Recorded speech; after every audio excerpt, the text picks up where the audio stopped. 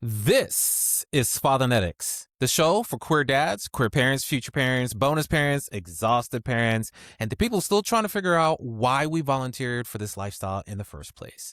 Around here, we tell stories of everyday people showing up, stepping up, screwing up, learning fast, and becoming somebody's hero along the way.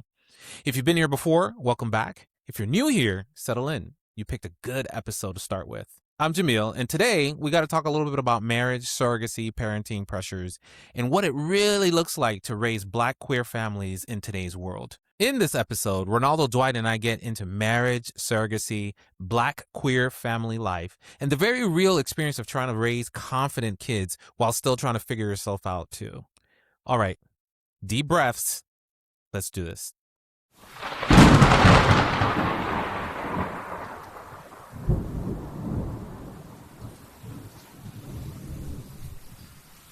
All right, so is it Ron or Ronald or Ronaldo? Ronaldo, but everyone calls me Ro. Oh, okay. Yes. My All the close husband, friends call you Ro. yeah, my Well, husband I'm gave gonna me that call you Ro nickname too and it's then. stuck. Okay, all right. Okay. Okay, he gave you that. Okay, where's the creative bone in that? Like I mean, that was right there. You know what? I'm gonna leave that alone. There's a story in there somewhere. He did a great job. I don't. I'm not trying to chastise him for. That's the hubby. He the number one. I got him. Welcome to Fathernetics, Fatherhood Unfiltered. I'm Jamil. Welcome to the podcast. Do it. You can never find somebody do it like me. I'ma turn it all the way up, cause it kamikaze. Go ahead and try, baby. You are gonna see that you'll never ever find somebody do it like me. Okay. Okay, so welcome to the show. Thanks for taking the time to chat today. As you know, the show really is an opportunity to emphasize and bring to light a lot of the I always get my letters messed up. LGBTQ dads out there that are trying to shine, not necessarily to put themselves out there in the spotlight, but representation matters, even in the corners of this world where we really don't see it as often. And I'm hoping that this podcast will bring to light that we're here, we got kids, and That part. we're raising the kind of kids that we want to see in the world today, because the world today Mm. is crazy. You know, Understatement. we should have had kids 20 years ago so we can avoid today. It would have been cheaper. Oh, okay, we'll get into that because we know that's crazy. All right, so you said I want to talk about who you were before you were a dad, because you were a human being before you were a dad, with different priorities, completely different, right? So who were you before? Like, give us the 15-second introduction of who you are, and then we'll take a stroll down memory lane, all these little cool places you've traveled to. First, I was strolling through your Instagram and I was like, left, like, okay, this dude's been everywhere. Oh yeah. We do like to travel. I think that was like our running theme. Like the one thing that we both enjoyed is that we both like to travel. And our first international trip was to Panama. Shout out to Boom. Panama City. Where'd you And go? Did you went to Panama City? Yes. It was 2013, Okay. right when they started to revitalize the city. There was a whole bunch of construction going on. And my lovely husband assumed I didn't have a passport. 'Cause he's Caribbean, right? Right? So he And just you're saw like, the, nah, bro, I got one. I got stamps, man. Don't play me. I was like, I have a passport. And we went there 2013. Good trip. But the person I was before I had kids, my. That seems like a Do you distant remember that memory. person? Yeah. It's like pictures. Vaguely. He was very silly, very trusting. Are Very you not much trusting anymore? You feel not like, as much. or are you more like discerning, a little bit more A little bit eagle-eyed? discerning, but precautionary, I would say, Okay. because I have the girls. Mm-hmm. I'm a lot more protective of my energy and theirs. Oh, okay. Nice And said. I have a lot of friends and associates, but many of them haven't met my daughters yet. And I On don't, purpose. and yeah, very much intentionally, because I Okay. don't think that they need to. I think there was a You little. know, I kind of like where you're going with this. This is really interesting, because I always ask people, you know, your friend circles of today, are they the same friend circles from before? And do Partially. you really need to cut them off, or do you segment them off and say, this is the part where we exist, and then this is the part where they don't exist, but they're still around? So I think that's where you're going. You have friends that are cool, we're all great, they know we have a family, but they don't really need to exist in that part. Yeah, and then also, all of that is true. And I think part of that is selective separation because everyone doesn't like kids, Well, right? no, Some that's not people grow. possible. We were all kids at one point. Somebody liked us. Like, Yeah, when I was a kid, I didn't like kids, so I understand oh damn. And now you got two. that part. Yeah, yeah, yeah. And I've softened significantly since I've had daughters because when my daughters have friends, I feel a protection over their friends also. Like when I'm in like a group setting and my daughter has a friend or she's with a classmate, I feel like I need to protect that child also because they're in my For a litany sphere. of reasons, right? Yeah, also they're in my sphere of influence. So I want my child to be okay. So I want that child to be okay too. And that's part of the reason why kind of that line of intentionality happened with some of my friends, my homeboys. That somewhat, I would say, in this lifestyle, in quotation marks, right? Part of that is social, and it doesn't Mm-hmm. really it doesn't go too deep. Like you hang out, you have a good time, but there's a void there, like of emotional depth. And if Right. that's present, then I don't think there's an intimate. I have an intimate setting at home that those people don't need to be present for. Doesn't mean that they aren't good people, but there's a certain level of intimacy and protection and safetiness that I want my girls to have. So I don't think you need to enter this part of my orbit. And I'm okay with that. Like I'm And never mean. a Yeah. lot of misinterpretation that could exist if they were infused into that circle. Yeah. And also there's no need for them to be there. Like you don't need to be a part of the bake sale. My daughter turns 7 next week. She has friends from school.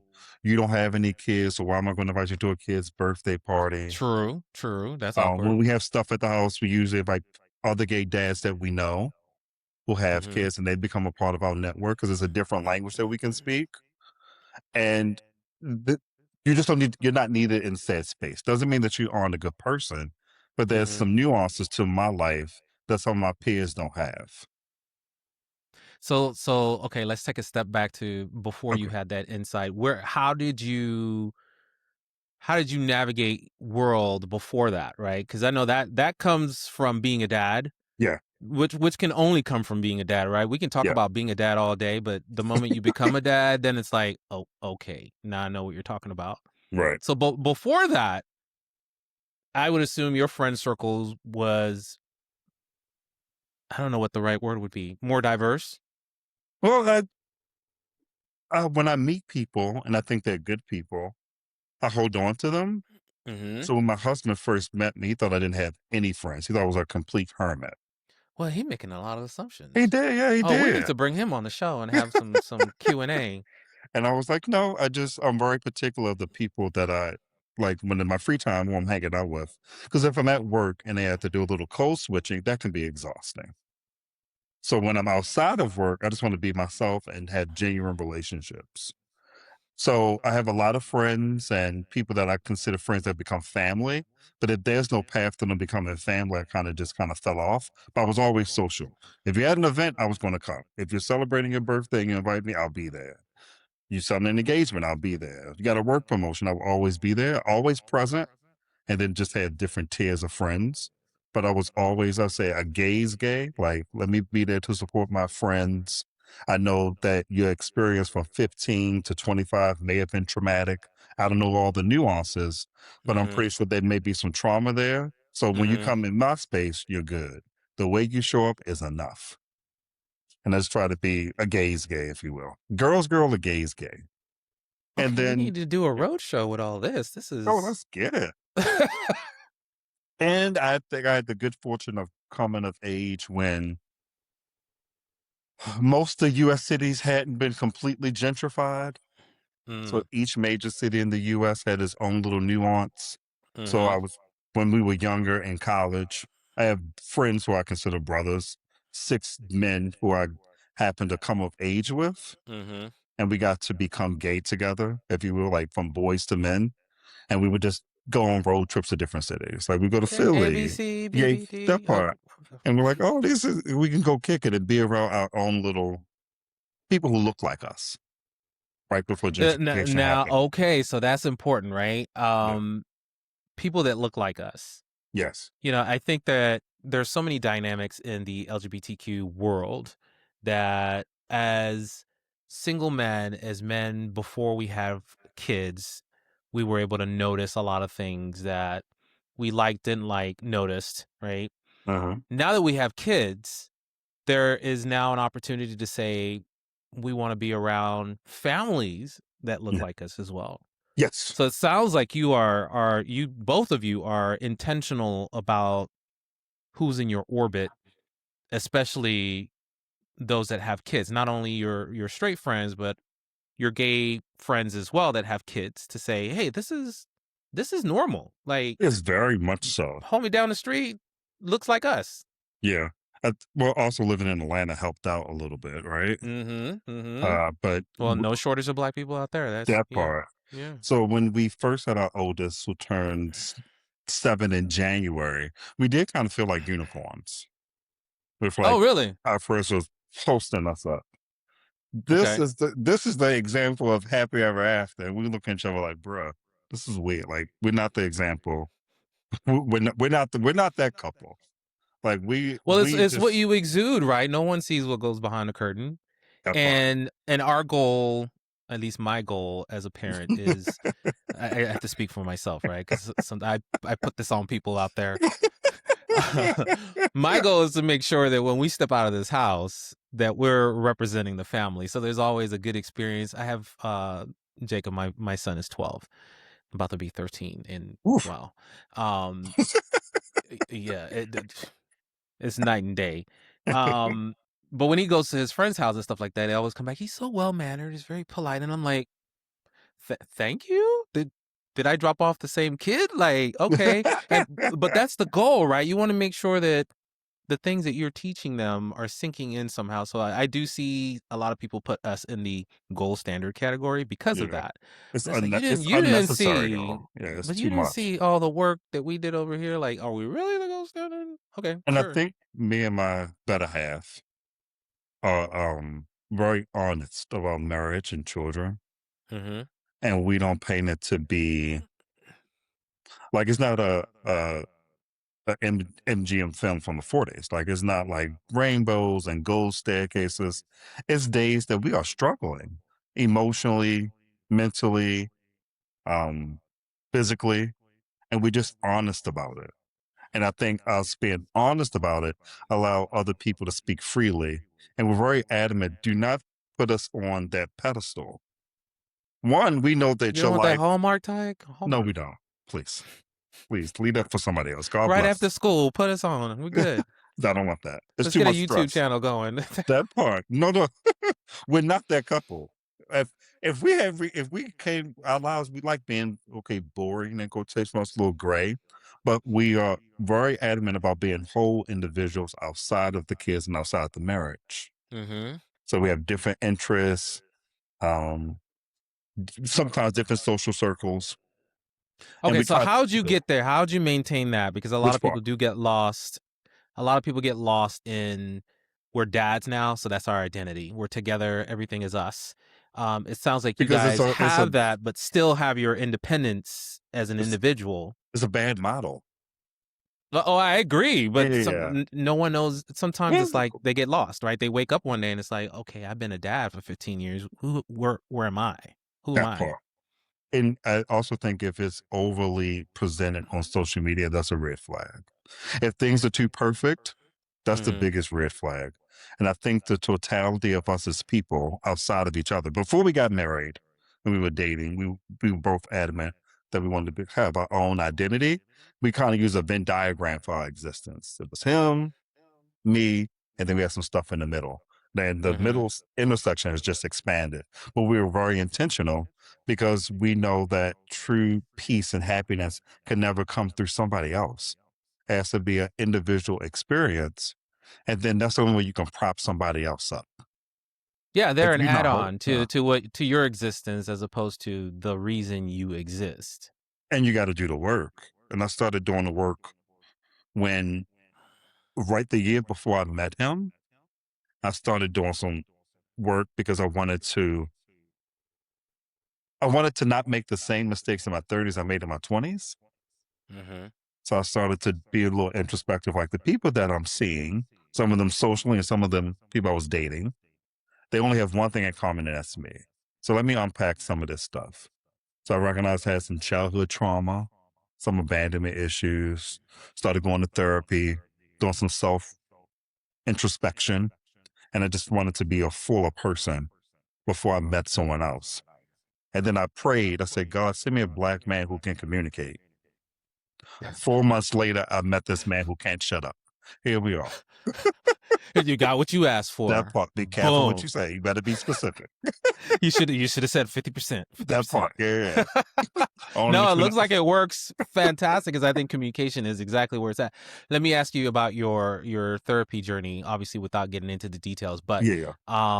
what was your trigger point to say, now I need to think about how I'm going to make the journey around this corner, because a lot of people don't have the presence to say this needs to change, or I need to find out why I'm doing A, B, C, and D, and then decide if I want to change. A lot of people just keep going because this is who I am, this is how I'll always be. Let me keep it real, right? The keep it real moments that shouldn't be kept real anymore. Well, keeping it real goes wrong. Exactly. So what brought you to that? Was there a flashpoint for you? Maybe a myriad of things. I had moved to Chicago. I'm born and raised in the DMV area. And I moved to Chicago when I was in my late 20s.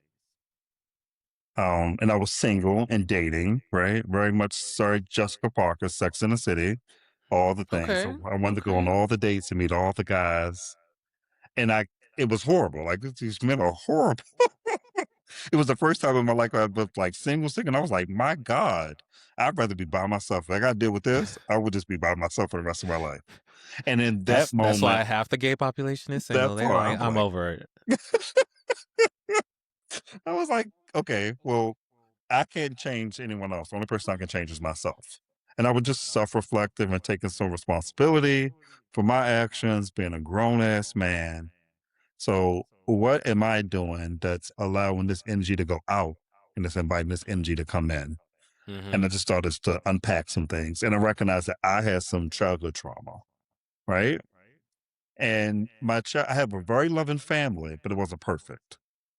So when I got over the facade of, well, you have a loving family, doesn't mean I got everything I needed for adulthood.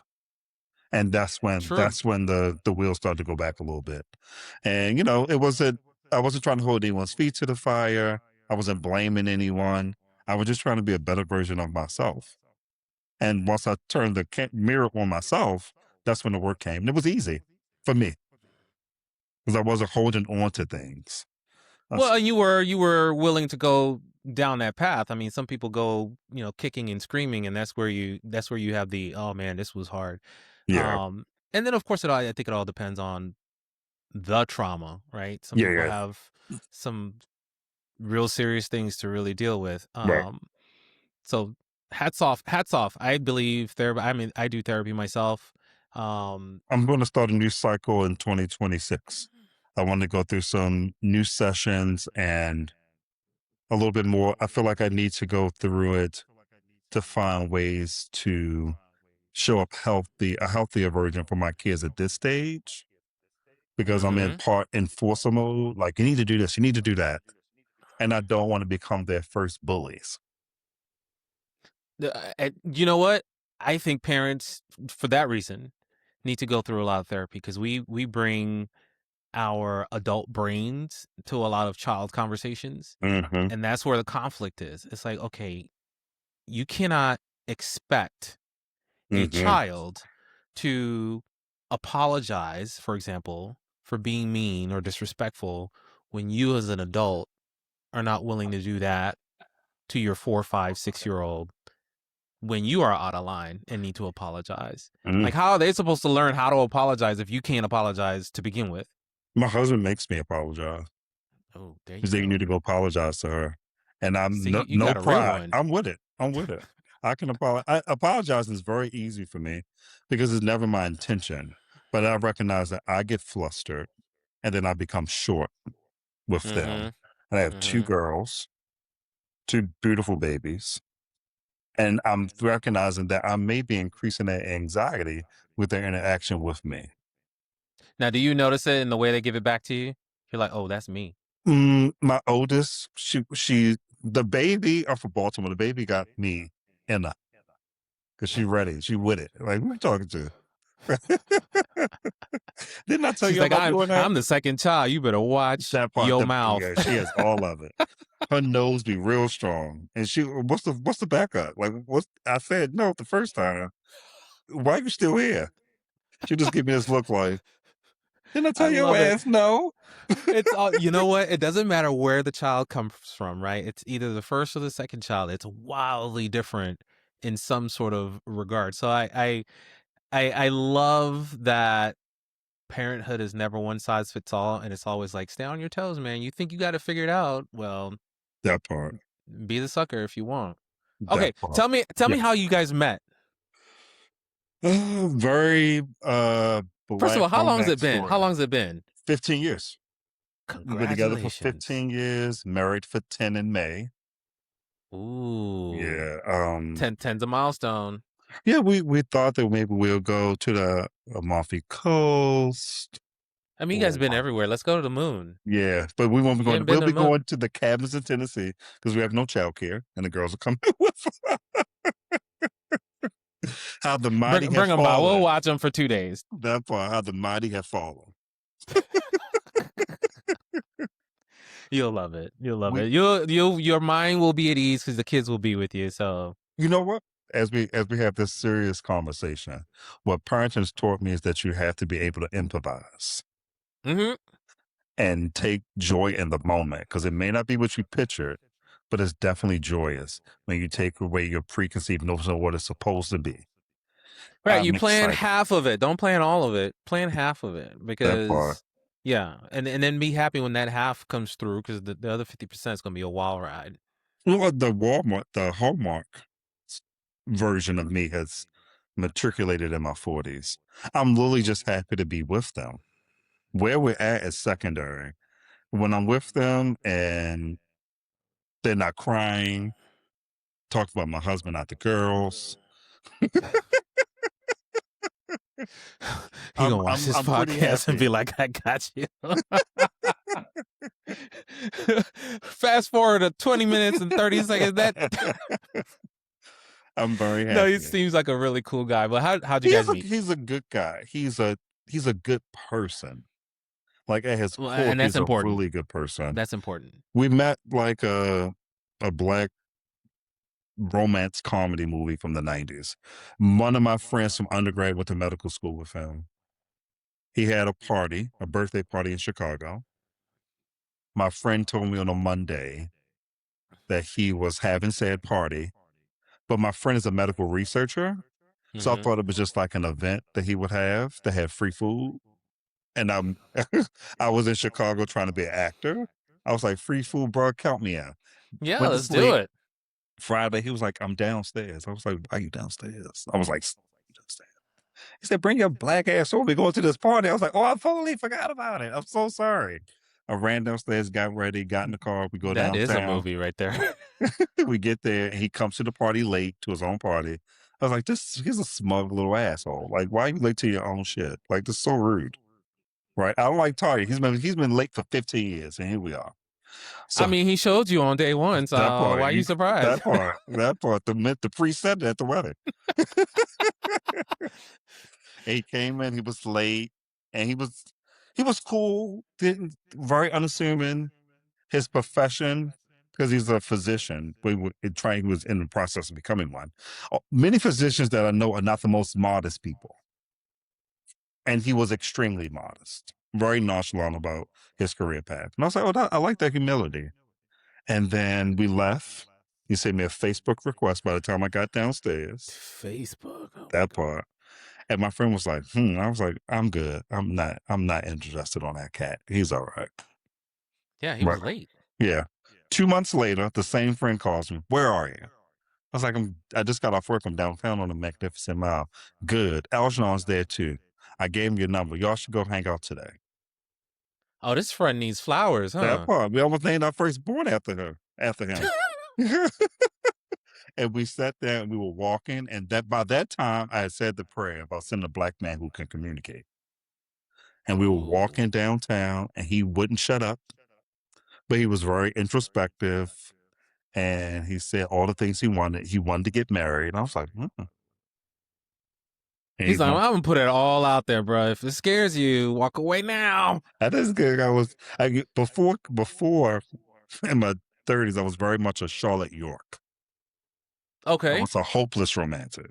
Okay. And I was like, oh, this is nice. He seems like a nice guy. And that same conversation, he said he wanted to be a father. And I was like, damn, fuck. God damn. Oh man. I thought we had one. I thought we had a hot one. But you know what? I like his approach because it makes me feel like he was probably, and this is me assuming, he was probably at the point in his life was like, I'm gonna tell you everything, and then let's just rip the Band-Aid off, and then if we good, then we can swim in the same direction. But if you're not good, like let's hang it up right now. Like let's not waste our time. Partially, but I also think he was like just trying to see if I was going to match the energy. And okay. We went to a Puerto Rican restaurant in downtown, Italian restaurant in downtown Chicago. We took a picture there, still have that picture. And he got on a bus to go back to St. Louis because he was in residency. And we would keep in contact. And he called me out like, you sending me mixed signals. I was like, I ain't sending you any damn thing.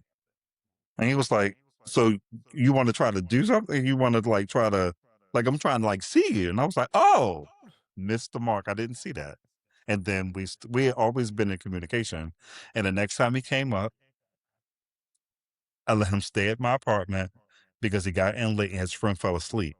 He was like, I'm downtown. Well, you shouldn't be downtown Chicago at late. Wait, he got in late? Yeah, like 9:30, 10 o'clock. Theme. That part. And he came over, spent the night. Very, very not that type of night. Yeah. But in the next morning, I make no assumptions. The next morning, I was like, I like this guy's company. Like I enjoy his company. And then it slowly started to turn into a little bit of a relationship. Well, that's real homegrown. Yeah, definitely. And because today it doesn't happen like that. I've heard many of stories. The dating world is significantly different than yours. Yeah. Well, I've been with my guy for 22 years. So yeah. So the dating world is probably very different. Yeah, I care not for it. So I'm glad I'm not in it. That first interaction with him, did you know that potentially there was something different in the air? Yes. We were both at the point where we were over the whole dating scene. Okay. So when I met my husband, Nicholas, we had met on, you may remember this, it was a website called gay.com. No. Oh, come on. Someone bought the domain for a whole. Yeah, it was gay.com. It was so before there were like all these apps and stuff like that, you would go on this website. It's just like the app, but on a website. Okay. And, they have all these chat rooms because chat rooms were a big thing back in, oh my God, in the late 90s, early 2000s. So I think I was on there like for 15 minutes and I was like, this is the day that I delete this thing. Like, I'm over it. I'm like, this is ridiculous. And he happened to be in the same vein. He's like, listen, this is where I'm at. So because we were on the same vibe and we were able to share that with each other, we were like, okay, let's spend some time together. Like, let's really find out. I mean, if we're going to walk away from this for whatever, however long, because, you're going to come back at some point. Then let's figure out what that is. And I think we met like maybe 2 weeks later, and we've been Was together this ever in since. Texas? Mhm. Okay. In Houston. Yep. So it's been 22 years. It's been a long time. That's a testament. It is, and I think that's why we've been kind of branded the gold standard because we've been together for 22 years. So we have a lot of friends that have dated and stuff like that, and they broke up and they have somebody else, and broke up and have somebody else they married. And so we've seen the ebbs and flows. That's human. That's life. That I part. get it. I get it. So no judgments there. It's just that we got lucky. I was very blessed to have found someone that early in my life to say it's been 22 years. That part. I never even thought of it like that because I felt like I was older. When you're late 20s compared to when you're in your early 20s, you do feel like you're old. Well, at that time you feel you're old. Like Yeah. now we feel like we're older. I don't feel old. My I'm body. 40. I'm 45. But, well, the body tells you different. Don't listen to your body. That's trick you. It's a trick. It's to keep you humble. It's like hey, you feel It's young, working. but listen, you're not young. You feel young. It's working. Those Trust me. knees start talking to you. That part. I woke up Sunday before last, and my right knee. I couldn't put all my weight on my leg, and I was like, "What the hell happened?" I didn't do anything. I went to sleep, Mm, and then I'm going to see a mm. sports medicine doctor the same week. He's like, "What happened?" I Oh, said, "I don't know, but I know my leg hurts." He's like, "The somebody X-ray hit you in doesn't your say sleep. anything." That part, I got Nancy Kerrigan or something. I was You like, ever had the wait? Have you ever had the moment where your husband had some dream and then they woke up and was mad at you because hold on, that was a dream. Like why you upset with me? No, we too tired for that. No, I don't think he's ever had. He just wants to get more sleep. He never gets enough sleep. Well, you still got a little one that, and you have 2 girls. So I mean they're keeping you guys busy. My hats off Very to you for busy. having more than one kid because I have the one and I don't know how people do it. I don't know how single parents do it. I don't That know. part. I Applause don't to the know. single Yeah, parents. hats off. Let me make some donations. Something. Let me babysit on the weekends because Something. y'all gotta be tired. I pray for 8:30, 9 o'clock comes around. Okay, it's bedtime. Y'all, you going to bed? Okay, because the house needs to be quiet. It's time. You know, All that right, so 8 o'clock tell marker. me, Yeah. tell me, how you got the kids. What's that story? Okay. So we did gestational surrogacy for both. Mm-hmm. We were So living you it have, so you spend $1 million across the board. pretty much in today's money with inflation, right? Independently wealthy. I got it. All right, don't say that. Good Well, I'm credit score. wishing it on you. I'm wishing it on you. Come on, bring it in. Because we just started paying private school tuition. Bring it in. I'll take all of it. Come on. Oh man, y'all just bleeding money left and right. Literally hemorrhaging. Oh man. So surrogacy, we got married in 2016, started the surrogate journey in 2017, gestational surrogacy, and we went and had our oldest in Connecticut because surrogacy wasn't legal in New York State or New Jersey at the time. Connecticut Mm-hmm. was the closest place. We went to a conference entitled Men Having Babies. So I strongly Mm-hmm. recommend, endorse. It was like How a was your experience there? I was going to ask you because a lot of people go and some have expressed that it is a good thing, but it's overwhelming. So I'm interested in your that experience. was mine. I was Okay. extremely overwhelmed, and I feel like I had a cheat code because I'm married to a physician. Okay. So he was able to speak STEM to the other doctors. But I Mm. would say go to anyone that feels overwhelmed. You need to go. You're going to be overwhelmed regardless, but there's all the avenues for you to become a parent located here, and you get to listen to stories. And the first person experience will allow you to navigate your own journey afterwards. It was So would you basically say like it's really career. one of those like go grab all the information, be overwhelmed, put it in the bag, take it home, and then digest it there? Yes, but you Okay. need to go through it though. I Mm-hmm. recommend it because you'll meet the players who will help decipher it for you, but you're never going to get them all in one space. That's the only place Oh, you're going to get it. That's on international, domestic surrogacy, traditional, gestational, adoption, foster to adoption, all those good things. What's the new thing? Parenting agreements. There are attorneys who are able to facilitate that because some people just want to be a parent and they know a person who wants to be a parent and they're able to facilitate the legal paperwork to make it bring it to existence. But you have to go there and it is overwhelming. so okay, so that's the first time I've heard of that parenting agreement. So someone who it's is it more like an adoption, but not quite. Yes and no. Like you make an agreement with someone to be an additional parent. Are they relinquishing their rights and turning it over to another individual, or is this No, an additional parent? it's like an investment property with a friend. Man, can I get out this timeshare? This is not working for me. So the person, usually one of the parties, has a uterus, right? Okay. Okay. And they've decided that they want to have a child, but they can't find a person to have said child with. And men who love like we do don't have uteruses, and they say, "Hey, I want to be a father." Okay. I Now I'm know this following you. woman, and she's a friend of mine, so we're going to go through this journey to creating a child together. Me Mm-hmm. and her are not together.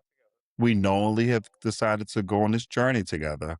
So we did have all the legal paperwork in place for this process. Mm. And Mm-hmm. that's what some people do. That's interesting. Yeah. A little bit more transactional, but intentional. You know exactly True. what you're getting into. You know your co-parenting process. And usually ironed out legally before the baby gets here. And you're allowed to go through your road to fatherhood in this aspect. So they explained that at this Men Having Babies conference. They didn't win My the ultimate goal yeah. is to have one of those individuals on this show. I haven't had it yet.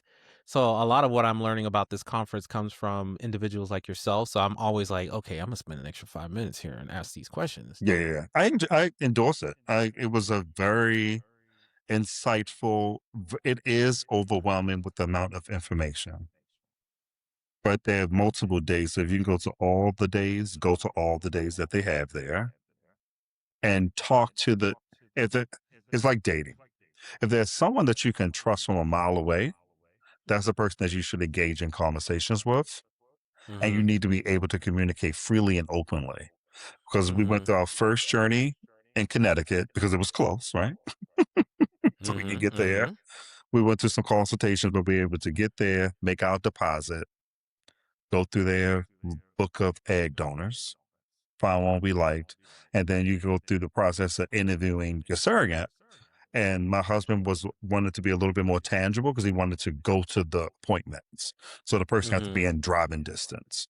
We also met our second baby's journey was in Canada, Okay. yeah, and we met Very different process. very different, significantly different, because everything is Mm-hmm. a la carte.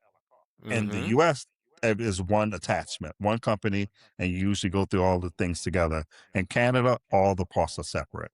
The surrogate agency, the fertility clinic, the attorneys, they are all separate entities. So you got to have build relationship with each one of them, and then you can get on the same page, but everyone's independent. And you can't pick your baby in Canada.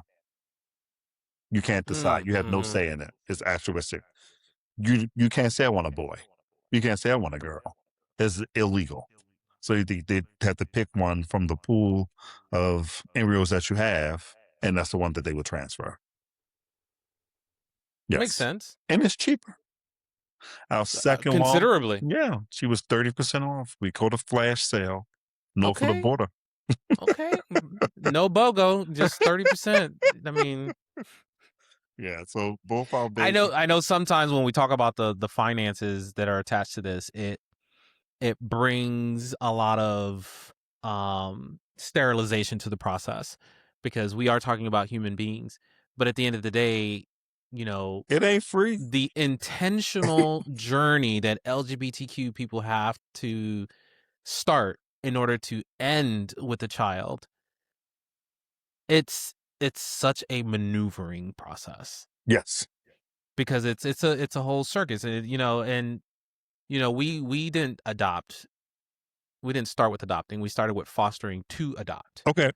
So we did the And whole that was in fostering. Texas also, or no? No, that was here in Arizona. Okay. So we did the fostering process. So our process is unique and different. We had a very good experience. Ours was very streamlined. We had a lot of preconceived notions about how it would have went that did not come to fruition, which is a good thing, That right? part. Um, because one of the main reasons that I started this podcast is to really understand the journey and the hiccups that we have as an LGBTQ community and trying to go through a lot of these processes. When I did the fostering, I talk about this all the time. We were handed about a list of 10 different agencies that are local here in Phoenix for you to adopt. And I would say 9 out of 10 had a lot of language in it that said, you're not welcome here. Mm. Right? We're looking for traditional families. We are an agency of Christian values, Question. Yeah. I have a question for you. Have you gone back and looked at those agencies' processes now? I'm pretty sure they're Nope, significantly more open. I put I money have on it. not. I put I money have on not. You know what? Because we've already gone through it, I haven't really thought about going back and looking at it. But I will tell you at the time I was surprised because it was my first. I didn't have anybody else to talk to about that process it. to Yeah. say, oh, I heard someone's story, a podcast, and they were talking about their journey. Or I didn't have literature to read and say, okay, the LGBTQ experience is as such. Right. It was always from the heterosexual Lens. perspective, which is always like, Skittles and rainbows. I started this process and I had, great, because all the agencies are available to you, but the LGBTQ, there was only one. So to our benefit, we went through that particular route and we ended up with our child, which was phenomenal. We wouldn't wish it any other way. But we also recognize that not everyone has that same journey. Mhm. And There are a I lot have of peaks and valleys. I have friends who have not had the most pleasant experiences going various routes, and I know people who have had no hiccups. And Mm-hmm. we try to be as transparent with our journey as possible, so people can feel like they can talk to us. So we had an unfortunate fetal demise with our second.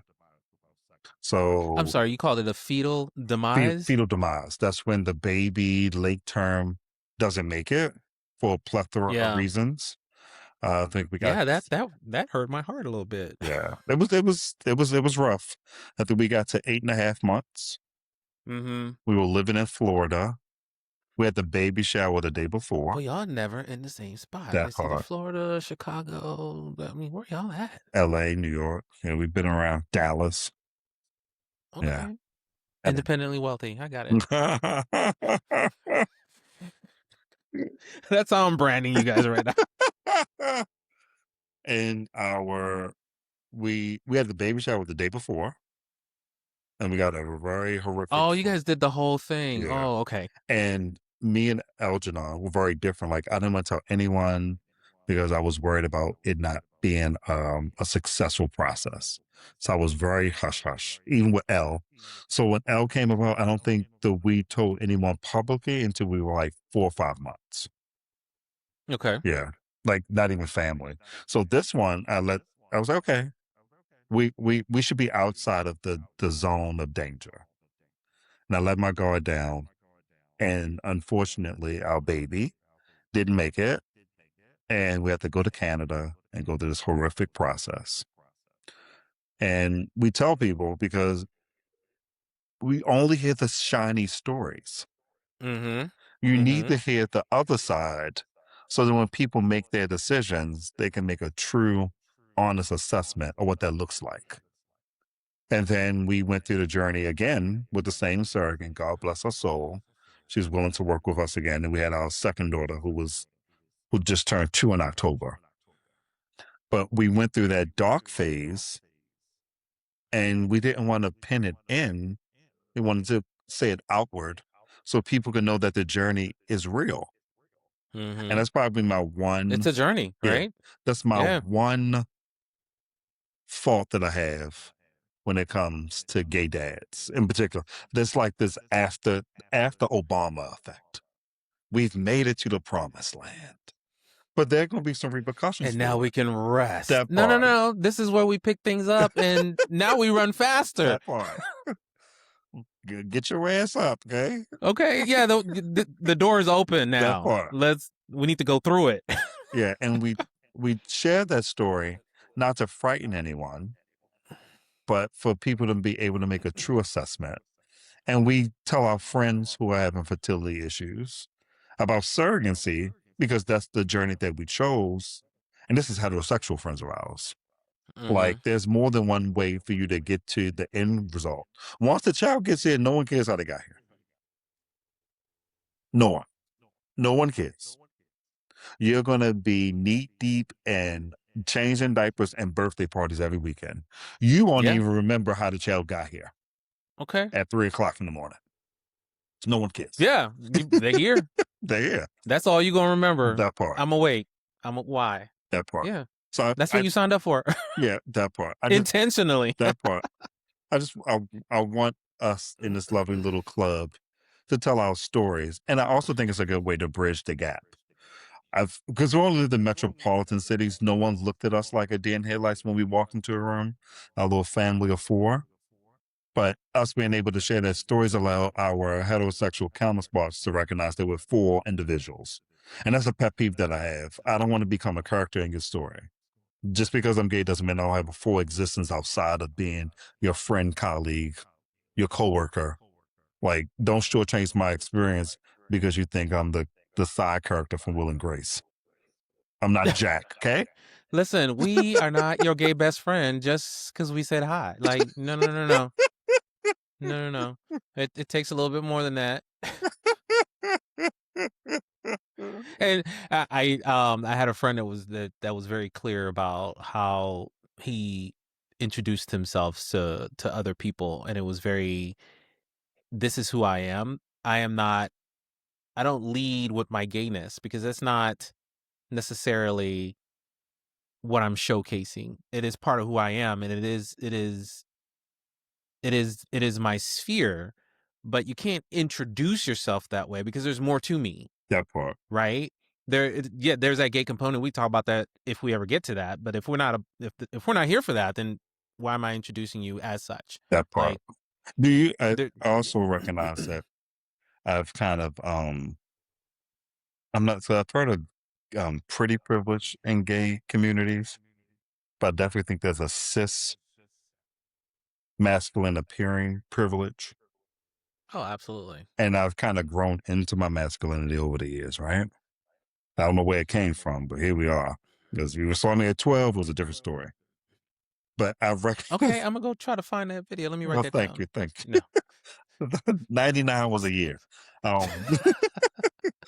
Reach out to family. That Hey, part. I'm trying to find that one video. No, I'm not gonna do that. Yeah. But what I've recognized recently is that when I'm in mixed spaces, there is a certain level of undertone that most people are actually a lot more accepting of queerness as long as you don't say it out loud. Well, it's the blending in factor, right? Yeah, assimilation. I mean, I think Black people more than most have had that experience as well, just on the culture side, Right. as well. So we see it true in on the LGBTQ side, especially now that trans people are under attack here in the United States. For a very long time, those who were flamboyant were under attack, here in the United States. Mhm. So I think that I'm in the same boat. I'm very very masculine as an individual, so I've never really had any challenges, except for when it's all three of us walking around somewhere that we've never been. There are all sorts of inquiring eyes, In right? Phoenix? What is that? What is that? Phoenix has its Black areas, right? Okay. We don't live in a predominantly Black area. So there is that one effect of being a Black person in this area where it's like, oh, Are you lost? Where'd you come from? Jesus. Did your car break down somewhere? Oh, Jesus. No, I say that jokingly, but I mean, I had one experience when I first moved here where I went to a grocery store and there was this black lady that walked up to me and she's like, "How you doing?" I was like, "Hey, because black people speak to black people, right? That part. How you doing?" "Oh, I'm doing good." And she's like, "I haven't seen very many black people in this area." And I was like, "Wait a minute, where do I live?" Like, okay, did we move into the right? So I say that to say, I agree with you. There is that ease that certain people have with like, okay, I like this guy, even though he's gay, he doesn't present as gay. But hey, listen, you like me for me. If I was flamboyant, you'd get the same experience. That Like, part. what's the difference? That part. You'd Agreed. probably have more fun if I was like, you know, That part. glammed up. A little bit. Take what you can get. I mean, let's do it. I mean, black people look different everywhere you go. The only There are, time we get awkward stares, my good brother, is when it's a group of us. So we have a couple of the gay dad families, and I think we've gone out twice as a group. And we went to a restaurant for New Year's Eve, mhm. and we were downtown, and we were eating, and people were trying to gather what was going on. Like, and most of they look like us. Everyone looks like us, right? And they just kept like you could see their eyes like trying to process the story because all of us had girls, right? So it was three families. Two of us had two girls, and one has it's a perfect little baby, it's like a doll. There was six gentlemen and five daughters, and the people just like you could see And they're like, "Oh, they gave the moms the night off. the Ain't that that cute?" happened. The table next to us, mind you, she started her New Year's Eve early. She was throwing the back.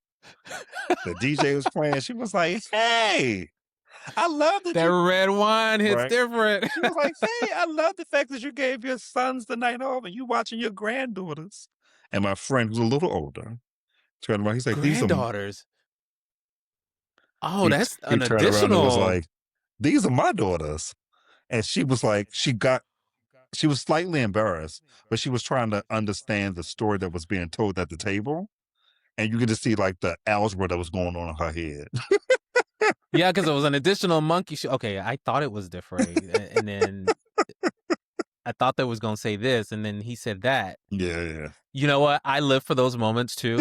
I don't know if you do or don't, but I love when people look confused. Um, I don't feel like I'm approachable, so a lot of people don't walk up to me and go, "What's going on here?" My husband is like a 38 to the face. He's very Caribbean. My husband's from the Bahamas, right? Very Caribbean. I used to think he was very arrogant, but there's a lack of situational awareness. So when he goes into a Mm. space, this is a service that he's paid for. We'll go to the air. I don't say anything. I just wait for the reaction. We go into the airport. I got a stroller in one hand, kid in the other, daughter walking. We're running late. Going to the gate. Always late. I'm always late. That's why I lied, tell him time to leave. He'll put them tickets on the counter, and he was like, "Well, we only call for families." Before the end of that syllable comes out, this is my husband and my daughters. Before they can even process it, they have gotten shot in the face with 38. Like he has no qualms. It's 0 to 60. And I'll just be like, I just wait for their reaction because they're usually stunned. And he's like, "So what's we getting on the plane, right? First class, right?" There's no more conversation. He's not going back and forth if you don't understand how we got here because he doesn't care. We pay for a service and we're here to get it. I like that perspective because I mean it is what it is, right? It's not your fault that they can't comprehend what's happening, Right. and if you do them a solid and explain it and they still don't get it, then it's like I akin that to the Black Lives Matter movement Mm-hmm. where we had to spend, I say we, the collective Black, had to spend a lot of time explaining why this needs to be a thing, And the right? exhaustion that came from that. Exactly. So there comes a point where it's like, you know what? You don't get it? Cool. I don't have the time right now to explain it to you. Like go do your work. Like go Google it. It's out there. That Like go part. find it. That part. And for on the gay side, we don't have a lot of people that ask us questions like that. And I think it's because they assume that. So my husband's white. I'm black. Jacob is he looks like a mix between the both of us. Okay. And he has red hair. Oh, okay. Okay. Actual sauce. Curly red hair, very a little right. And all the ladies love the red hair. So where we get approached a lot is, oh, he's so cute. Look at his red hair. I wish. Cool. Oh, okay. I think what they do is they make an assumption that he's one of our kids. Yeah. Well, yeah. And then they move on. Right. So if I'm out with Jacob, no questions. If Nick is out with Jacob, no questions. It's when we're all out together that the wires get crossed. It's like, okay, he's no, but he's got red hair. He can't be. Well, yeah. Maybe that's his Okay, coworker. I really don't know what they're thinking, because I don't give them space. I'm not approachable in a lot of situations. So it's like, Hold on, I don't care. the No, unapproachable podcast host. like, don't explain approach. that. Don't. But see, I am approachable. People just. I don't know. I'm like, do I have RBF? Or I'm like, I do. I am not mad My at RBF it, is because top I tier. don't. Oftentimes, I don't want to. Sometimes I don't want to deal with people, and I'm okay with that. Like, sometimes I will deal with people. Like, if I'm in that mood, if you weren't a name tag, I'll call you by your name. Hey, John, and it'll throw people off. Like, do I know you? No, you don't know. But you wearing a name tag. I'm gonna use it. Like, hi. So let's have a conversation. I'll walk up to anybody and start a conversation. I'm fun at parties, but at the same time, that's an extrovert component. I'm an introvert. I am too. Like, I'm a high functioning introvert. I can think turn it I think on. that's actually the telltale sign of an introvert, and I think it's an avoidance factor. We can start the conversation, then we can leave it. Oh, I'll hang up on you in a second. Like, that's my. We done? Like, why are we still talking? Like, what are we talking about here? And I'll say I hello do to the have a whole room very first. directness. Say that again. That's my thing. I say hello to the room first. So I walk into any room, I say hello to everyone that's there.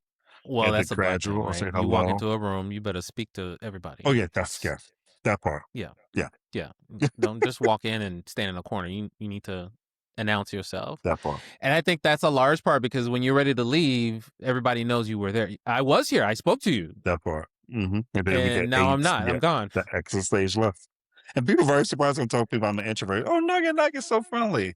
Class clown, most popular. That was me. But it's a diversion tactic. I can speak and then I can get out. It's easier to Well, leave when you speak I think and a you lot leave more out. people should be like that, because you have, to each their own. I'm not here to disparage anybody, but I think there is such a thing as too much energy, and if I'm not matching, I need you to pick up on that. I can definitely give too much energy when I'm with my daughters. I'm in a high. This is your child. Well, you matching their energy, Well, because they're probably high energy. a little bit, but they very focused on what they want to get.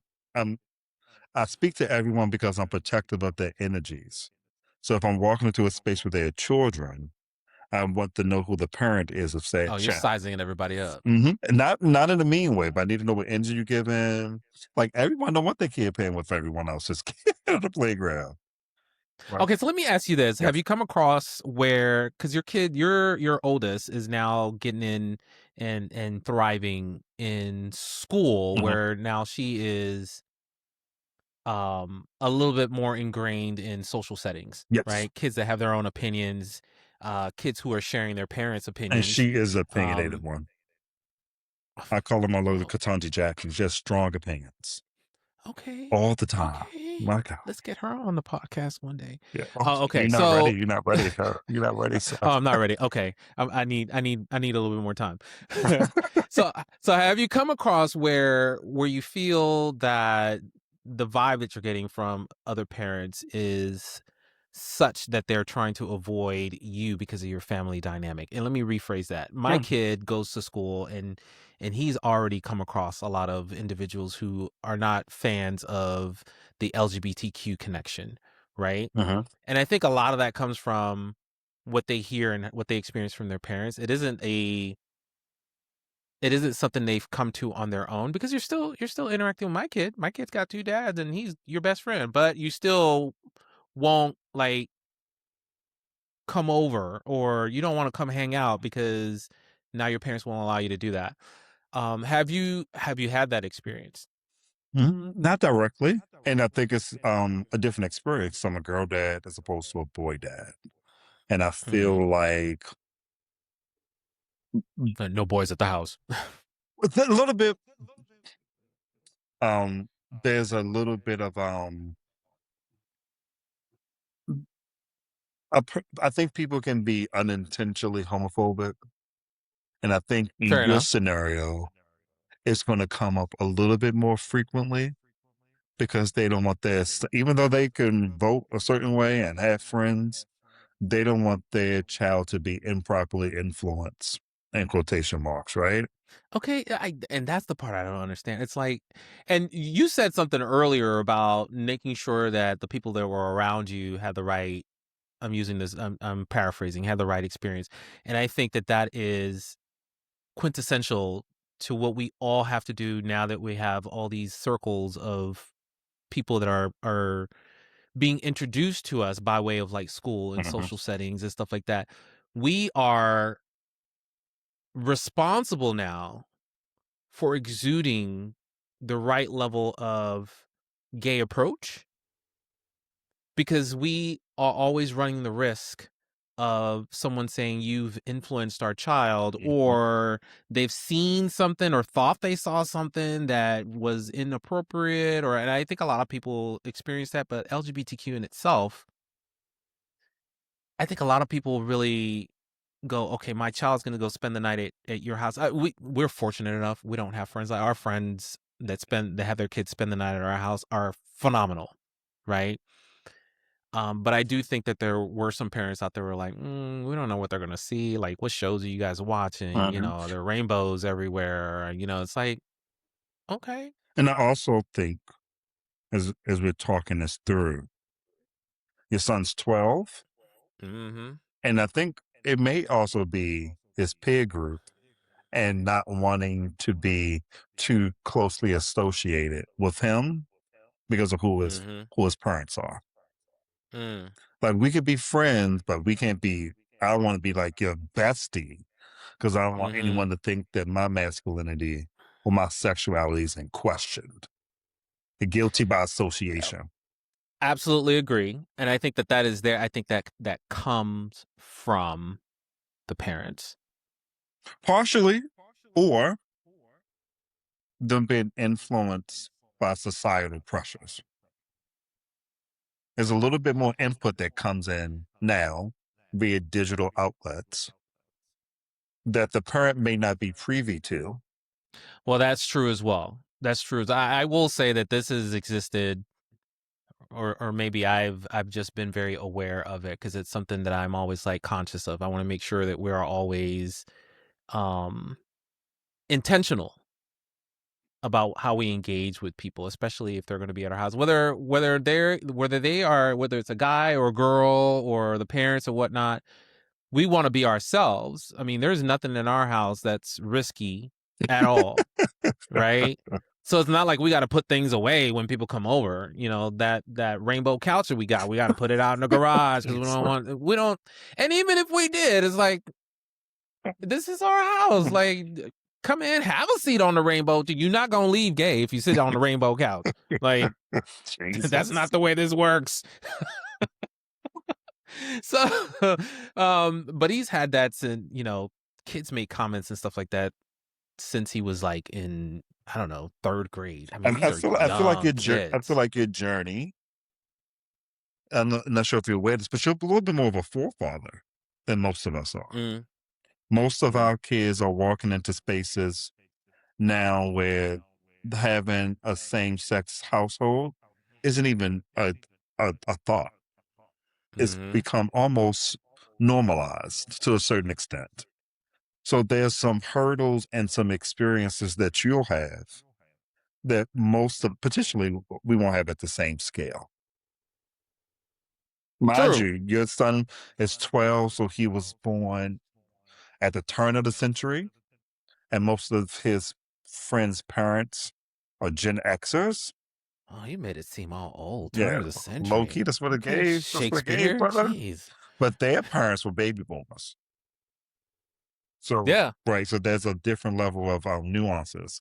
And the covert, I love everybody is okay until you test it personally.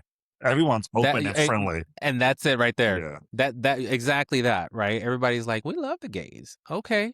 You want to come over and hang out and have How well, does okay, Jacob listen. address you guys when he talks to you, when he talks about you? Because our oldest is so matter. She's like her father. She's so matter of fact when she discusses us that there's He's very protective of us. If it comes up in some sort of a negative connotation, he's very protective of us. Now, we've had conversations with him because we want to make sure that he is reacting to these things the way that we would expect him to. okay. Right? This is not a combative mode. A lot of people don't understand. You know, you have some people you have to explain things to. And then some conversations are just not to be had. Like, you don't have to explain things to everybody. You Of know, course. don't waste your time.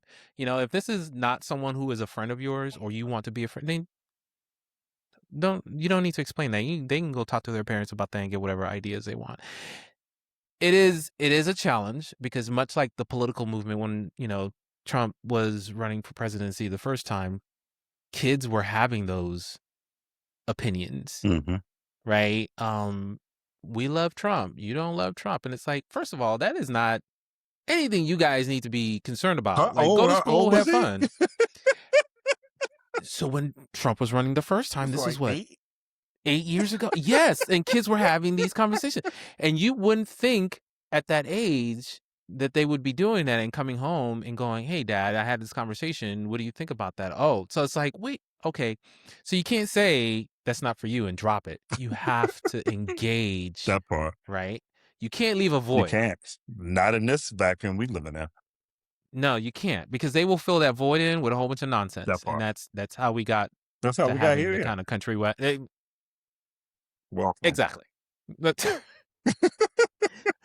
all right, my last question because I don't want to eat up too much of your time. But Yes, sir. Yes, sir. where do you think you got your fatherhood kind of nuance from? Maybe it was like before you even knew you were going to be a dad, but a lot of things that you do today as a dad, do you see that rooted in perhaps the way you've engaged with your parents in the past and are saying, yes, I like this, I like to continue that? Or perhaps it's the reverse, right? I'm the type of dad that I am today because I'm trying to cut Right out the or root wrongs out the wrong stuff. Exactly. We're very intentional with our parenthood because from we've the had a lot onset. of time to think about That it, right? part. Yeah. I think Yeah. like a gumbo of all those things, Okay, trying to gumbo. take the good that I had. So my childhood was a little non-traditional. I was raised by my mother's mother because my mother Okay. had substance abuse issues, and my father was killed when I was 5. So my Okay. mother's mother was my primary parental figure, and she was tough. It was tough. Listen, I could people in the military. I laugh at them because this is nothing. My grandma was from South Carolina in the 30s. She got on our ass like it was. This is light work. But there were some shortcomings that she had. One of them was me not feeling like I could talk to her about things. So I'm always trying to keep that communication window open.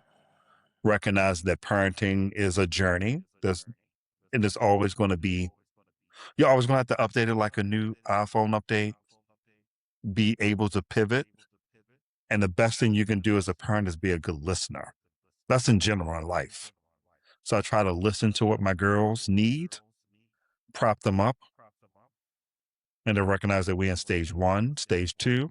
I'm going to have to become a counselor and not a parent, but I want them to be able to know their own voice first.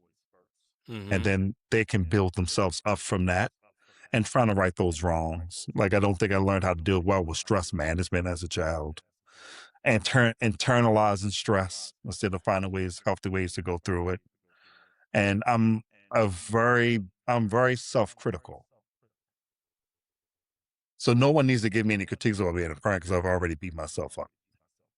But learning to allow myself to be imperfect in this journey Mm. and giving myself personal grace and recognize that today is one thing, tomorrow's another, and you get a chance to do it anew and trying to minimize how much damage I'm going to do to them. There's either way they can go to counseling. I could be their story for the first 6 weeks in counseling in their 30s or the first 6 years. My goal is to be the first 6 months only. Let me tell you about my That daddy. part, all that. I want to be minimize my negative impact on them. And I think the biggest thing is to allow them to love me and all the What do you mean flaws. by that? That sounds deep, but The truest what do you mean by version of that? love is that you're imperfect and the person still's there. Now, my job is to be responsible for them for their well-being. But in that, I'm not going to be perfect. So I need to be able to listen to their critiques, right those wrongs, and allow them to love the imperfect version of me also. Like I can't be a stone figure. I can't be an autocrat who can't take criticism. So you're gonna have to be vulnerable in your shortcomings also. Because we're emulating, Yeah. right? We're emulating. So if they see that vulnerable side of you, then they're able to say, okay, that's okay And to now that yeah. we're at this point, and my latest mantra is to not allow my need for them to be examples of Black excellence supersede them being themselves. Because I feel Mm-hmm. like externally, I put pressure on them because I want them to live up to a certain standard. Because I Mm-hmm. feel like me and my husband are trying to unpack some societal and historical issues. And we've gotten to this point that we are in that elitist bubble of Black excellence. Mm-hmm. And I call myself transferring that guilt and pressure onto them. Mm-hmm. And I'm trying to reverse that back a little bit. Okay. Wow. Yeah. That's a very good step to take because a lot of people again go down certain paths and don't even know they're going down those journeys until much later, and they're looking back going, man, if I had just known at that time, Yeah. I could have made a different choice. That part. And I'm trying to Because there are a lot of pressure on Black people, period. that part. And then to be LGBTQ oriented as well, I think is an additional pressure as a parent because while there are a lot of us out there now, it is still a very small number because being a parent for our community is still new. Mm-hmm. So I think there are a lot of what is the example question mark that's still out there. Right. And I'm real sensitive about them being girls because that's a different experience that I don't have. And I told my husband, I said, when they get to go to like prep school, after listening to some of my friends who went to private school and prep schools, something happens when they get around 12 or 13. If there aren't people that are in that orbit that appreciate how they came out in the world, it can really Mm-hmm. mess up their self-esteem. So as we're Mm-hmm. looking, as we've ascended to this level of privilege, right? The room is different. It ain't no more mocha. It's like a real light tan. And it's very important that they see some reflection of themselves. Like in 10 years and it's homecoming dance, and my oldest wants to go, and none of the little boys in our class ask her to go. I said, that could hurt her for the rest of her life. And that's not fair to her. Oh, she can be like, I'm gonna throw my own dance. Come on, That let's do part. it. She could, She could. right? I mean, kids will surprise you, and I love that part about it. Well, I love and hate that part about it because I love when they surprise you. Like, oh, look at that! That is, and then sometimes it's like, okay, why? Why? I don't understand that. And you're right. Boys are so much different than girls. The I won't say one is better than the other. The experience is just different. Significantly different. And It's just different. and my friends who have boys, I worry when their boys get older because there's stressors and entities externally that we don't have to worry about. And I just look at them like I want to say I'm sorry. Like I hate that I have to say that, but one of my friends has a son who just started at Morehouse, and she called me, and she was like, in almost in tears. She said, "I have to leave him there, and he's 18 in the South, and I'm worried." I was like, "Friend, I'm so sorry." I've learned this from my What's the worry about? she's worried about his interaction with law enforcement. Oh, And she comes from okay. me. Well, her and her husband pulled themselves up by their bootstraps. Like they want to get Mm-hmm. him that, want to give him that nice car and all that good stuff. I said, "Well, here's my number. Take it down. Please give it to your son." And I think that's probably the biggest parental lesson that I learned, honestly, is that you can't do it all and you need help. And I want to be of help to other people. And I've learned not to let my pride be my shortcoming and learn to ask for help also. Now that's key. Yeah. That's key. And it's a humbling Ain't experience it though? to ask for help. Ain't it? Yeah, To this day. yeah, Like, I'm not going to the yeah. party. I watch my own kids. I'm not doing it. I don't need nobody for nothing. I got this. It's just I'm strong I'm enough strong enough. until all the cracks are shown. I'm strong enough. This ain't gonna break. Okay, please be careful. Literally. All right, really last Yes, question. sir. Who Yes, sir. does your daughter's hair? Me. Because Psych. her is in some of the pictures. I'm like, okay, yes, that's because I know. Okay, Black culture is hair, Yeah, right? yeah. We're very So intentional with that too. It ain't us. Okay. We learned. oh, come No, no, no. on. We learned out. We know our ministry. Yeah, you got to This is lead. not getting where you fit in. This is know your strength. And our first daughter has hair like Pocahontas. It was a lot of hair. So we looked at each other, and I bought a doll, like the doll they take in beauty school. I was Yeah. practicing. I said, "I don't got it. I don't got this, man." Listen, that is a talent. And he's like, "Don't look over here. I got nothing for you." I'm in a different So field. I I just put don't little use my hands for afro that. puffs and all that good stuff. So we do maintenance and all that good stuff. But I was honest, and I said, "I don't want to mess up their hair." So we started to research, and we have domestic help, and we asked them, "You know how to do hair?" And they would say, "Yes." You got the job. Okay. And then when she got older, we started researching salons that do children's hair. Mhm. But I have very strong opinions about it. There'll be no relaxing, minimal straightening. We want to keep a curl pattern. And they was like, "You do, you know some things." I do. I know a lot. You know what? It's those details that are impactful. Mm-hmm. You know, if you as an adult want to do that later, cool. But it's one of those. It's like love your hair, Mm-hmm. And the way in which and she came out is that adequate. could show itself differently as an adult. Go ahead. Yeah. And the way that you came out, I tell them all the time, the way that you came out is enough. But I'm also, this is a girl dad journey. There's external images, body images, issues or concerns that they're going to have. And I'm just trying to install them. You're enough. You're good. The way you were born in this world, the way you present yourself is adequate in itself. Right. And one of the things is hair. So we'll get someone that does it. And then we start finding natural hair salons. I'll go there with my girl in this big poof. Say, "Hey guys, I'm your 1 o'clock. We'll do minimal blow drying." I need you to clear the rest of your That day part. because we gonna be here. We're doing twisting, cornrows, twist only, braids every other week. And I just learned to have community with the people that we take her to. Right now, Let me tell you, that is not hair is not cheap because you see this right here? obviously listen. I'm okay, right? My son though, his hair is this really is a midlife curly. crisis. You know what I mean? This is a midlife crisis. This is why I grew my hair out. This is my midlife crisis.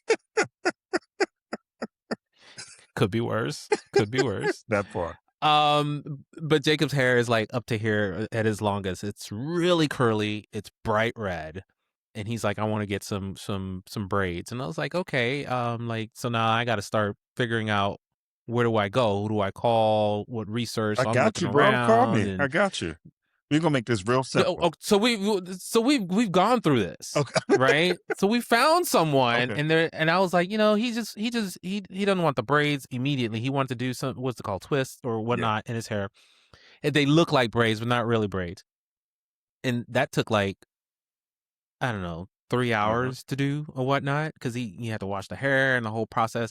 I've seen my mom go through this. I've never seen my kid go through this. So that was cool.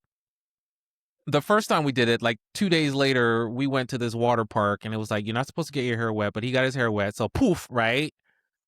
So we had to go right back to get it done. And she's like, you came back? It's like, I told him not to get it wet. And he's like, he said, you told him. And I was like, you know what?